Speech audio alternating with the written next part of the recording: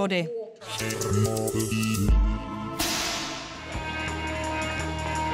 Naštěstí se pracuje na nové stavbě Arše, která nás ochrání před radiací.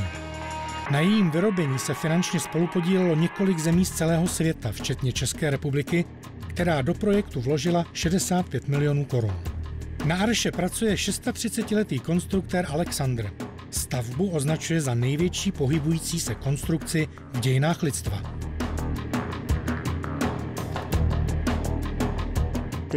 Nový sarkofág neboli archa je velmi zapotřebí.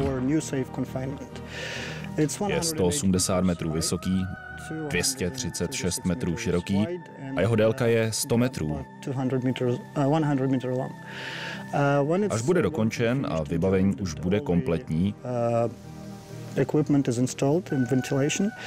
bude postupně přepraven po kolejích ke starému sarkofágu a překryje samotný čtvrtý reaktor, který zakonzervuje.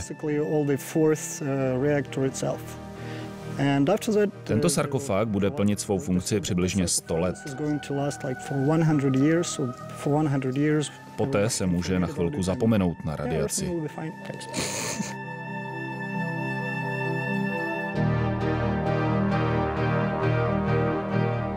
Jeho práce přitom není vůbec jednoduchá a hlavně bezpečná. Je ubytovaný v Černobylu, tedy v uzavřené zóně, a jeho rodina žije ve vzdáleném Kyjevě. Alexandr za ní jednou za 14 dní dojíždí. Během pracovní doby nasazuje svůj život, aby se archa co nejdříve vyrobila.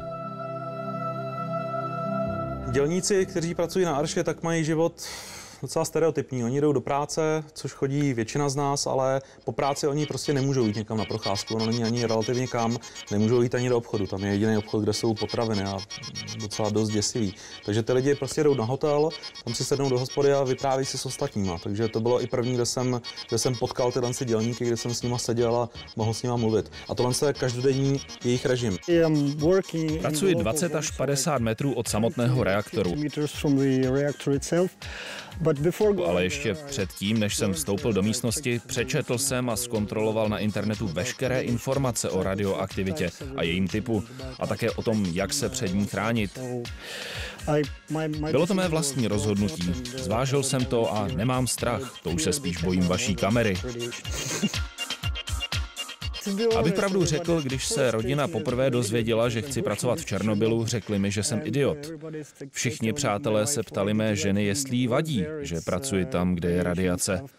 Na to moje žena řekla, že jsem dospělý a můžu si dělat, co chci. Že prý chci a také musím pracovat.